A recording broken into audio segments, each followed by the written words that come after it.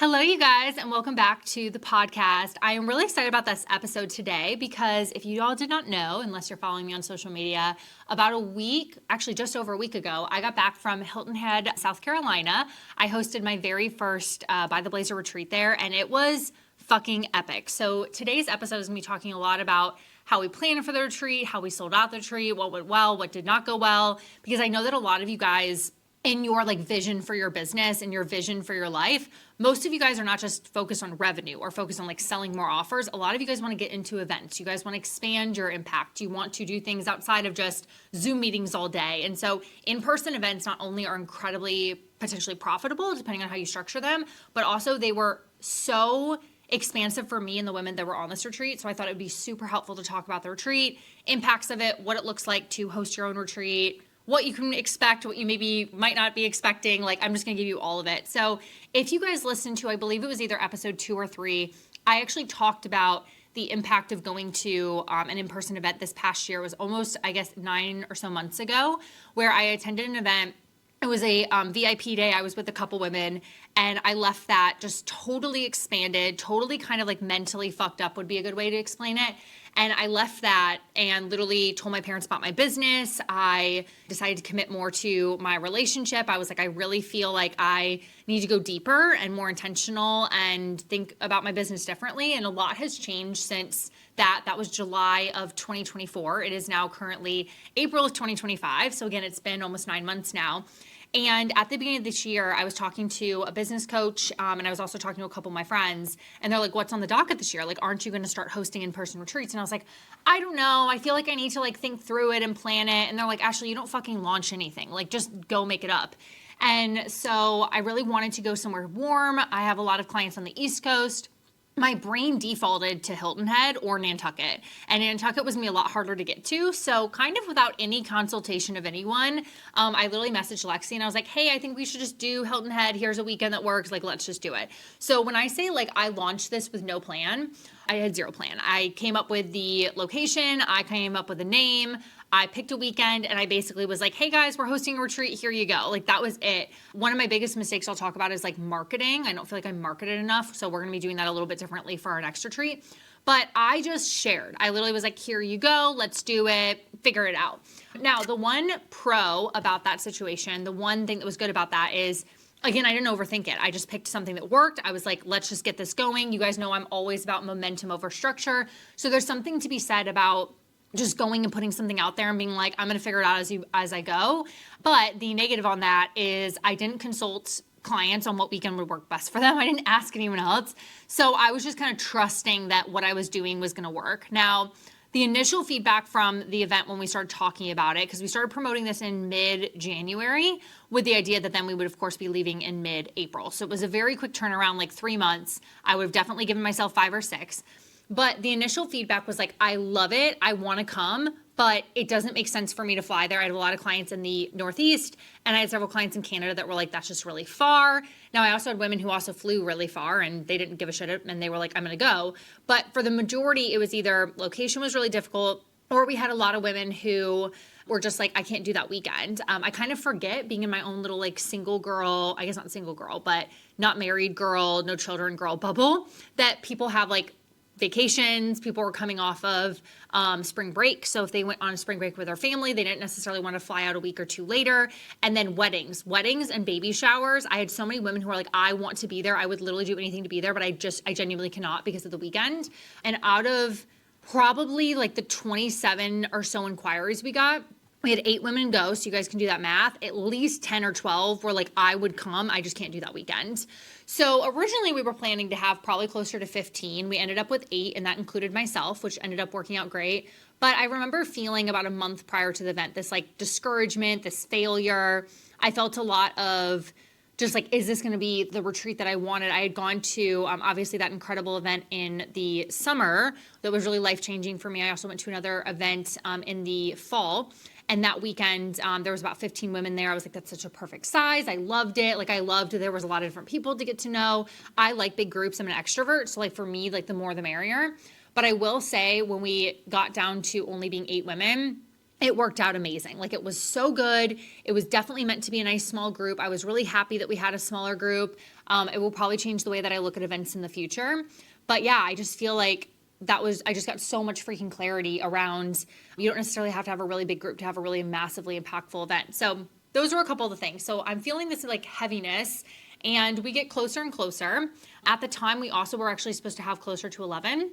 And I had 3 girls who had to literally drop out last minute, 2 for extremely personal reasons, and then 1 was literally like permitted by doctor, could not come because of travel and just a personal situation she was going through. So technically, I guess all 3 personal. But I remember being like, 11, this is going to be perfect. And then literally one person had to drop out, and then another person had to drop out, and then another person. I was like, okay. So actually at the time there was me 7. And then I actually messaged one of my good friends who is a videographer and does our podcast editing and all these other things. Her name is Caroline, literally amazing. Shameless plug to Caroline. And I was like, do you want to come and could you film some content? And she's a business owner. And I was like, this is perfect. So we added her kind of last minute, and that's how we got to 8. So again, now we're a week before the event. We have 8 women coming. And it was very interesting how often like people did not ask me what we were going to be talking about in the event. It's very similar to if you're good at marketing and sales. People are not going to ask you like what's included in your offer, or like how many modules. Like they just don't give a shit. And so for me, I was very focused on like, I'm going to just trust my gut when we get to the event.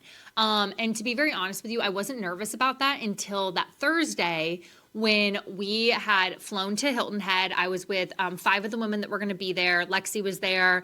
We had 2 videographers and photographers, and then one of my good friends who is just an incredible jewelry designer. She's looking to get into consulting, so she's like, I'd love to come. So we all kind of flew in at similar times and all got to the Airbnb at the same time. But we were all talking, and they kept asking me, like, what are you doing for the event? Like, what's the plan? And I remember I just kept saying like, well, we kind of are going to do this, but like, I'm going to go with the flow of the event. And typically, like if I talk about business stuff, the only person I consult with is Lexi. And Lexi's very well aware that I am very good on the spot. Well, the other women were not so confident that I was going to be good on the spot, because when they have talked to other business owners, obviously many of them going to events where they've consulted the business owner of like, where are we going to shoot? Where are we going to do this?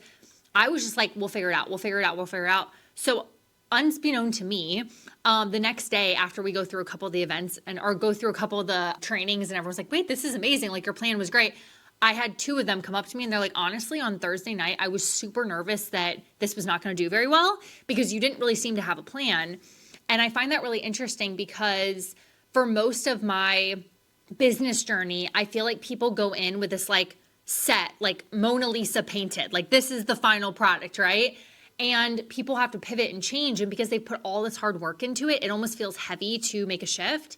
And for me, I was like, I'm going to go in with a blank fucking canvas and I will paint it as we go. Like I genuinely, that's how I approached this event. Now I had a rough outline, the pencil sketch, if you will, me and my fucking analogies today, but I did have some kind of idea of what we were going to do, but I just didn't know exactly how it was going to play out. And so to give a little bit of context before I go into days of the event, I decided for general structure of the event that we were going to have women stay off site. Now, a lot of people ask, like, when you host an event, Ashley, I'm sure it's really expensive.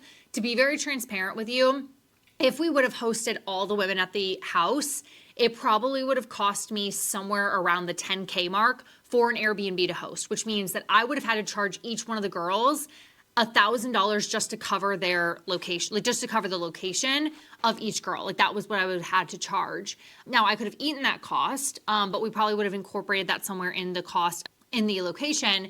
And a lot of the women, even though we were in Hilton Head, very bougie area, most of them actually ended up paying under $100 a day for their venue. So $300 versus $1,000. So again, depending on like what type of location you're hosting or event you're hosting, sometimes it makes sense to do a group Airbnb, especially if you have girls that know each other. Maybe they can like share rooms, keep the cost a little bit lighter. But for us, I really wanted a very spacious area. And I wanted, one, to not have to have women pay for the expense. But the other reason we decided not to have the women stay on location and drive in every morning was because it required them to get time away. And what I found from this event, especially, I was kind of like thrown off by it. Women were crying by the first hour. I realized that if women were on site, they wouldn't have been able to like escape and get kind of that disconnect. Like for me, my brain could not escape the weekend because I was literally like in the location. So I was like going out and thinking about it and like visualizing, and like I couldn't disconnect from the event, which meant that by the end of the 3 days, my brain was on overload. Now, I obviously would always stay on the event location. That's more about like figuring out a way to regulate myself, but it was very helpful to be able to create that kind of barrier where you kind of came into the space, you were in your zone, and then you could exit the space when you were ready for the day, because women really did stay until like 7 o'clock at night. So, they were there 11 hours for the day. So that's what we decided. So women were staying off site. I had a couple of the girls that were working in the event that did stay at the Airbnb with me. And then it allowed our Airbnb, I think our total cost was around $4,500. So if you think about it, if you're selling, again, from a financial standpoint, let's say $2,000 per ticket, you get 3 or 4 yeses to the event. You can literally go pay that location fee 100% up, because the other expenses with the event aren't until much later. So that kind of allowed us to pay off the event space immediately. We covered the event space. We actually did a lot less on a ticket price, but I'll go into that a little bit later.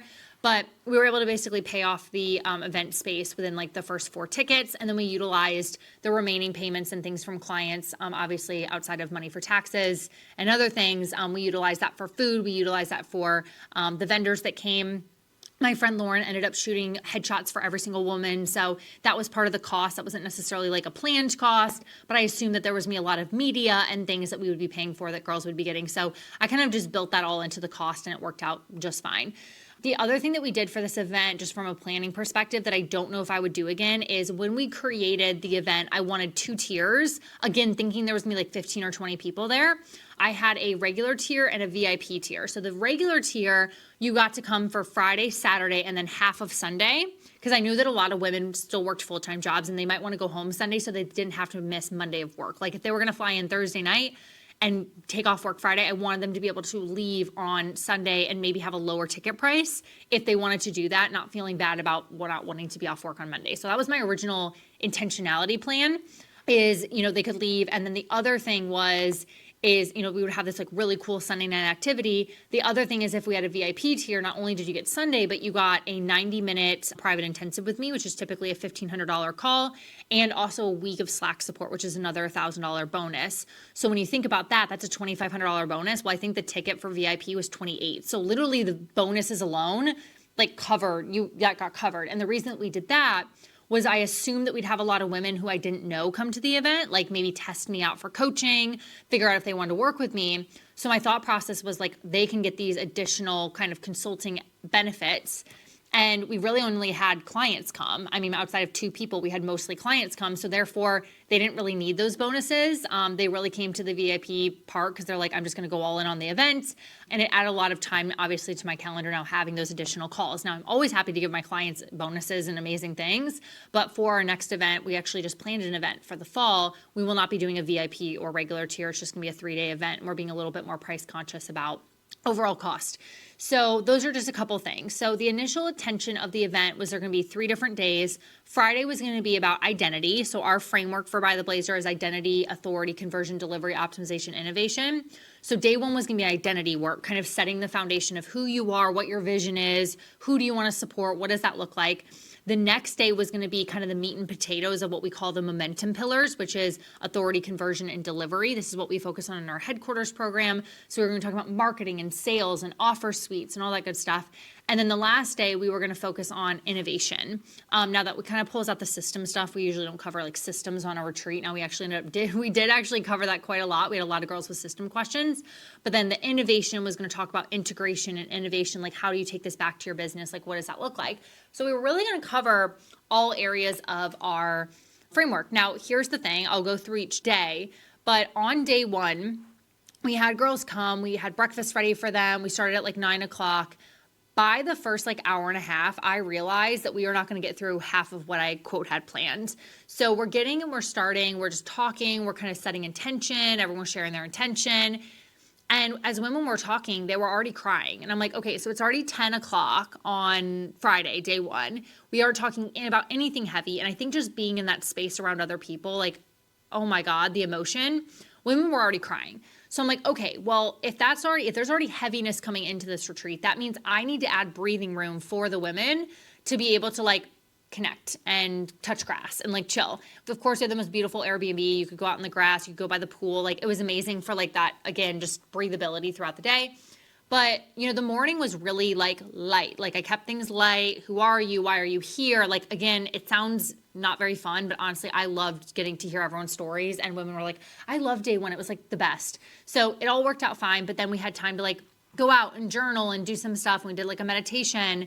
And then in the afternoon, I'm thinking we're going to spend an hour on goal setting, and girls are crying again, and God bless them. But like, I just think there was heaviness around goals. And I thought this would be a 1 hour exercise. It ended up kind of trickling to something else. And again, when you become a business owner, one of the best benefits is most of your knowledge as a business coach or consultant is already up here. I don't need like a document. I don't need a PowerPoint to share. Like, it's already in my brain. So as the girls are talking and questions are coming up, I'm just like, great, training that I've done before, let's pull it out. And I was going over trainings and things that I've already done with these women, but because they were in like a different headspace, it was perceived differently. It was received differently. They processed the information differently. So I was sharing things that we've literally done on calls before. And it just was like a totally different experience. And it reminded me that sometimes you need to say things over and over again for them to stick. So day one was a lot of that. There's a lot of getting to know each other, a lot of connection stuff, very light. And then women are like, so what do I do now? What do I do now? Like, I have the vision. Like, every single woman's like, I know exactly what I want to do with my vision. What do I do? Like, what's the plan? How do I put these pieces together? So that's where day two came in. So day one, super light, super fun. Day two, we actually started the morning at the beach because I knew that day two was going to be heavy. I was like, that these bitches are crying that much on day one. Day two is going to be like heavy because everyone kind of wanted light. I felt like everyone's energy was very like, I just want to connect and get to know each other. So having a strategy day, because girls also did say they wanted strategy, I knew that if we went straight into like heavy strategy, that everyone was going to be overwhelmed. And to be very honest with you, I've run VIP days in my business. Every single girl by hour 4, their brain is gone. Like, it is fried. So I didn't want that like same, oh my God, I'm so overwhelmed with my business to happen on day two. So what we did, again, I didn't have any of this planned. We woke up that morning, we walked to the beach, and we all sat on the beach and did like meditation and like photo shoot, and very fun, which kind of put everyone like energized. Like, it was beautiful out, the sun, everyone's energy was very high. And then we came back and had lunch, kind of regrouped, and then went into strategy, which worked out perfect. And then the strategy stuff, what we ended up doing, because it was a smaller group, we actually operated it more like a group VIP day, which is what we were going to do on Sunday. But because everyone had opted for a VIP ticket instead of a regular, no one was leaving halfway through. So it also allowed me on Sunday to know that I could have run the day any way I wanted. Whereas before it was like regular stuff in the morning, VIP stuff in the afternoon. Well, if every girl was VIP, who the fuck cares what time I run it? So I knew that Sunday was going to be fine. I was actually most nervous about Saturday because I knew that people get really heavy with a lot of strategy, and the women that were coming, I was like, they're not like my like let's talk, up the wazoo strategy girl. So I was like, I don't want to like overwhelm them. I want this to feel good. I want this to have some breathing room. So we really operated it with, actually we went backwards. We were originally going to do marketing, sales, offers. Every girl had questions on offers. So what we did was we actually started backwards, which is funny. I do this on VIP days. We went into offerings, and then that brought awareness of like, well, what does my sales process look like for this? What's my marketing for this? So we kind of did it backwards. Again, I just let the clients kind of decide. I didn't say like, what do you guys want to do? I could just see where the energy was, and I just followed the energy. So we did that for about 3.5 hours. And then women had all these ideas, and I was like, let's go brainstorm. So we all went outside, we all journaled, wrote out our action plans, because the idea was I want to give you enough of a direction that you can start to brain dump. And then tomorrow for hot seat coaching, you guys can ask tailored questions based on your newfound clarity. So again, I kind of just winged it all once we got there. So that was Saturday. Saturday is when girls also, we were like watching movies, we were chilling. They were there extremely late. I don't know how these girls still had all this energy. I was like falling asleep. But what we did is kind of hung out, very chill day on Saturday. And then Sunday was kind of our last like hurrah. So again, we woke up, we did some hot seat coaching actually in the morning. That was supposed to be our afternoon activity. But again, since everyone was VIP, it gave me the ability to like be very flexible. So we actually did hot seat coaching in the morning. And then the afternoon, again, I fucking pivoted this in the middle of nowhere. But I really wanted to bring it back to like what was day one intention was, which was identity. And because it was a small group, everyone got massive feedback on their own businesses. Like transparently, that weekend for them was worth thousands and thousands of dollars. Like they got so many questions answered. I was giving them direct feedback. This was not like general processes, frameworks, themes. Like this was very intentional feedback. So each girl got customized feedback, guidance. I pulled up documents. I was writing, pulled up a, piece of paper, would like write everything out. And then I was like, well, let's wrap up this weekend with like lightness and joy. And all the girls want to do a photo shoot that day. So I was like, well, if we start a photo shoot at 3, like we're not going to have a lot of time. Like it's noon. And the other thing that I planned at the last minute is I was like, because we had a small group, I wanted to take everyone out to a nice dinner because everyone upgraded to VIP. This group of girls got really close very quickly. Again, it was 8 women. So I was like, let's just take them out to dinner. We don't have to worry about dishes tonight. I will say Airbnb, if you need anything at a good retreat, you need a Lexi. Lexi literally took care of the entire fucking Airbnb. I would have died without her. She did the dishes at least 15 times. Like she was running around like a crazy person. So I was like, we need to give Lexi a little break. We'll just go out to dinner. That's probably gonna be the biggest freaking expense of the entire weekend, but like, let's just do that. So I knew that we had dinner, and then I also knew that we had photo shoot. And so after lunch, everyone was feeling really good about business, but they had like, just all these thoughts. Their brain was heavy. So we actually ended up doing a meditation. Lexi led a meditation. And the meditation was around like your inner child. And I, again, just can never imagine what happens in this room.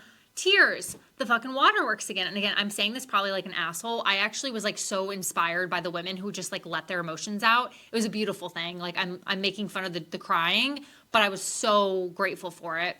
The women were like all emotional. And I said, okay, this is the perfect time to like lean onto the emotion. So we actually ended up going out into the grass, and Lexi and I talked about like an exercise around gratitude. I think she had a vision that I kind of ended up executing, but I thought she was talking about something else. So our brains kind of came together as one for this. But what we ended up doing is we all had to share like kind of our thoughts and feelings about the meditation. But then we ended up doing this incredible exercise where each woman had to sit in a circle, and everyone had to pull out a piece of paper, and they had to write like my name is, because we talked about identity, obviously day one. The women didn't feel like they had much of an identity. Now women were like, I feel like I have an identity. So I was like, let's talk about the new identity that we're leaving this weekend with. And so I had to write like Ashley is a ... and then leave it blank. And what we did is every girl, because we're all sitting in a circle, would stand up, move to the next one, and then have to write their identity. So like for me, if Lexi was next to me, she had to write like Ashley is a and write out my identity. And then the original intention was that then, you would then write your own, and you're like, this is the identity that people see me in, and this is the identity I see myself in. Well, I like to be a little dramatic. And so as girls were walking, I was like, ooh, I have this idea. What if the girls have to read out what everyone says? Now, again, we had a group of 8, so it was super easy to execute this, and it was not overly timely. But everyone kind of got to, around, and then they're about to get to their original spot. So they're about to get to their document where they're going to see what everyone wrote about them. And I made all the girls like close the notebook, and then each girl, we had to like kind of go around. I had to like read, or they had to read, whoever was going, all the things that people said about them. So if it was like, if I was reading mine, it would be like Ashley is a, and then I'd read like what Lexi said about me, then what Brooke said about me. And like, of course I'm crying because they're saying the nicest things about how they see me. And most of these women didn't know each other 3 days before. So to see someone so clearly after a couple of days of like, they're a good person, they're an amazing friend, they're a wonderful mother, like, damn, again, with the waterworks. So everyone had to read that. And then at the end, they had to say how now they see themselves. And I know that sounds like a very woo exercise. It was really funny. One of the things that the girls wrote about me is they're like, Ashley is so woo-woo because like I live in strategy. So for people to say that I was very woo-woo was kind of not typical, but it was really interesting to see have the women be like, I am this, like I am a good mom. I am a this. And the lightness that I even felt after that exercise, I can't really describe. I kind of left and I was like, I'm going to crush it. We'll do millions of dollars this year. Business is good. Like, I don't give a shit how we do it. Like, we'll be fine. And my energy was just like so nonchalant. I don't know if that's the right word, but that's how I felt. I just felt this like lightness, like almost this disconnect of the heaviness I had been feeling in my business. And I felt the other women did that too. So after that, women got all dressed up and we did a little, of course I made them cry before they had to put their makeup back on, but we got dressed up and we did photo shoots and hang out and then just like sat and chatted. And it just was this like amazing energy. And then I let everyone kind of rest for a little bit, kind of hang out. And then we went to dinner. I thought we were going to like this really beautiful, like oceanside place, but we ended up going to this place and there's like live music and it was kind of fun and it worked out amazing. And we all ate and hung out. And then girls came back to the space and hung out for a bit. And basically we hung out until everyone left at like 10 o'clock, which again, I have no idea how these women have this energy, but it genuinely was such a easy weekend. And I don't say easy in the sense that like my emotions weren't all over the place or that like the planning of it wasn't hard. It was more easy because I just didn't put any pressure on something having to be like life-changing. I think when people host spaces, they assume that something that they do is going to create the aha moment or the impact. It honestly was just allowing the space to exist. And I say this a lot to coaches and consultants, but sometimes they feel like they need to put their price points based on like the impact you create because it's like, oh, I'm going to do this. I'm going to like do these 50 posts for you. That's why I should charge $2,000 a month for a social media manager. Or I'm going to like, give you 25 calls and that's why I should charge this amount a month for coaching or whatever. We put all this weight behind like what we do. And I actually think the weight for this weekend was like more about who I am and just like the space that I created, because a lot of the amazingness did not happen from anything I said. A lot of the wins that happened or the aha moments or lipo moments just came from the fact that the space existed and that women chose to get into the space. And I know a lot of people hear the words like get into the room, but that's literally like what this weekend reminded me of. Like, you have to be in the room. It could not have happened the same way on Zoom as it did in person. Didn't have to be in Hilton Head, didn't have to be in as bougie of an Airbnb, but that's what I chose to do. And I'm very happy with the decisions I made. And, I left that weekend being like, I don't know if it could have gone any better. And so, the next morning, the worst part of it, honestly, was the fucking flying. I hate flying. So the next day we cleaned up the Airbnb, got all the girls ready. We flew out. We got back home that night and everyone's like, how do you feel? And I'm like, I don't know if I've really processed yet. And again, it wasn't because I was like such an emotional wreck. I just think like I just felt so much like joy. I just felt so easy. Like, yes, there was moments where I was like, I don't really know where I'm going with this, or I like ranted. Cool. Are we shocked? But it just was like one of the most incredible weekends. And so my, I guess, ask of you guys is, if any part of you wants to host something, if any part of you wants to start, bringing people together, it doesn't have to look a certain way. It doesn't have to be a 3-day retreat. It doesn't have to be in a different place in your own hometown. If you want to do it, at a park, like meet for a park and work it outside. One of the best exercises we did was literally on the beach. Like, the beach is free. At least I don't know if we were supposed to pay for it, but we definitely did not. I guess the lawn chairs were like $200 or something, but the beach was free. We went to the beach and we sat, and like that was valuable. I didn't have a stand. I didn't have a laptop. I didn't have like a training doc. I just had myself, and Lexi did this beautiful meditation, like free, You can host things without massive expenses. We pretty much broke even on the event, mostly because we added a couple expenses at the end and we had lower turnout than anticipated. So I think we were projecting to probably profit about twice as much as we ended up spending. I won't go into the details of that too much, but that's what I'll just say generally.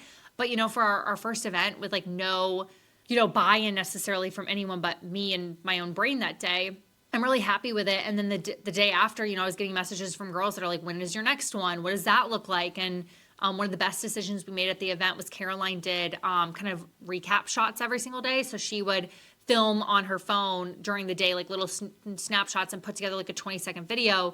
And then she'd send it to me and I'd post it. So like at lunch, I'd post the morning one, and then before dinner, I'd post the evening one. So we had 2 different pieces of media going out on my stories every day where I was like, this is what we did. This was the plan. And I thought that people knew what happened at retreats, but I guess they did not.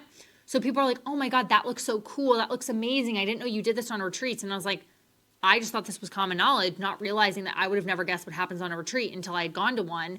And so it was really cool to have women message me and be like, when's the next one? What does that look like? And I think we have 5 or 6 spots already guaranteed for our next retreat that I literally came up with on Friday and just started booking things for on Friday. And we created a link and we already have several tickets sold. So it's been a really cool thing. So again, my ask for you guys is like, if you have an event idea, it doesn't matter if it's 10 people, 3 people, 100 people, whatever it is, like just figure it out. Just like put it together, pick a city, pick something that's easy. It can be literally a free event on your end, that something you charge for, or do something little. One of the things I always wish I would have done is like a walking club, mostly because I need to get my fat ass like out of my house more. But I'm like, how fun would it be if every single like Friday, a bunch of girls just like went and like took a walk for an hour? Like that'd be so fun. That's free. It can literally be free. Like if you want to do something and bring people together, like just do it.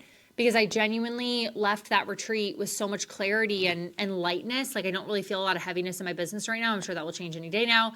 And we literally are doing an entire relaunch based on that. If you went to our Instagram today, it's I think the 21st of April, our entire Instagram is wiped. Our website is currently wiped. We're literally doing an entire relaunch of our website. We're doing an entire relaunch of our media. And even my vision for like what we can accomplish in the next year is completely different. And so I would really attest that a lot of what is happening right now in my business came from that weekend. And even what women are doing that went to that event, so much clarity, so much momentum is just building because they were able to really fully immerse themselves in an experience they typically wouldn't give time to. So go to a retreat, go to an event, get in the room. Like if you could prioritize any type of mentorship this year, holy shit. Like I always talk about masterminds are like the best thing in the world. A retreat is like an in-person slumber party, even if it's not really a slumber party, with like your best friends. Like, I don't know about you guys, but slumber parties were like the best thing about growing up. Imagine doing that as like an adult and talking about business and life and just like being around incredible people. That's literally what it was. And so the adult slumber party was amazing. My little kum-ba-yah circle, it was amazing. And I highly recommend that if you guys do not have a retreat booked right now, send me a DM. We literally have 2 coming up in the fall, and get yourself in the space. So I'd be curious, obviously, if any of you guys have ever wanted to host a retreat, if you guys are interested in coming to one, or you're just like, Ashley, I have questions on like how the hell you put this together, feel free to shoot me a DM on the By the Blazer Instagram. Just feel free to ask me. Let me know that you listened to the episode. Let me know if you have any questions about what it would look like to host a retreat. You can really message me on any social channel. I'll probably respond to you. But the By the Blazer one, obviously, you're going to start seeing some events come out. You're going to see that with the new website as well. And yeah, I'm just really excited about what it looks like to bring people together in new ways this year. I honestly think I could see us even opening up a whole branch of our business around events. Like, there's a lot that's going to be changing. So stay tuned on that. But if you guys do have any questions on hosting an event, what it looks like, wins you should be thinking about, or, hurdles that you should be thinking about, or things that you want to achieve, or how you should promote it, or anything else, be happy to talk about that. But I will say, selling the second event, I'm like, no brainer. Like, we're going to market the shit out of it. I already have the media for it. I know exactly what to do. I asked my clients ahead of time on dates and everything else. We already got massive buy-in. Like, you just learn, but you're never going to learn until you do it the first time. So I hope that this episode was helpful. Even if you never want to host an event, I hope it was interesting just hearing me process kind of how I tackled the event and figured it out on the fly. You can apply this to all areas of business. And I will see you guys next week for our next episode. Bye.